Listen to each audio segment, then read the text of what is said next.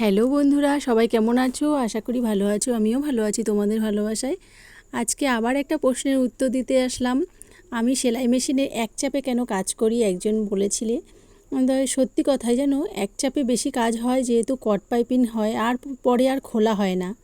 সেই এক চাপে সেলাই করলে একটু অসুবিধা হয়, কিন্তু তাও বারেবার খোলা পড়া করা এটা যেন কেমন একটা ঝামেলা লাগে। যখন আমি জানি আবার আমাকে লাগাতে হবে, তখন আমি ওটা লাগিয়েই রাখি।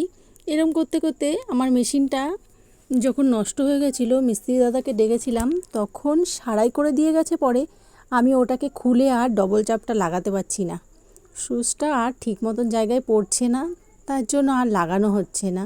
এবার উনি আবার যখন আসবে তখন আবার ঠিক করে দিয়ে যাবে, এইটুকুর জন্য আর ডাকছি না ওনাকে। এটাই, তাছাড়া আর কিছু না। এই যে ব্লাউজটা তৈরি হয়ে গেছে, শাড়িটার সাথে ব্লাউজটা খুবই সুন্দর লাগছে। ব্লাউজটা এরকমই সিম্পল প্রিন্সেস কাট ব্লাউজ। তোমাদের কেমন লাগলো তোমরা অবশ্যই জানিও। সবাই ভালো থেকো, আবার দেখা হবে অন্য কোনো ভিডিওতে। টাটা।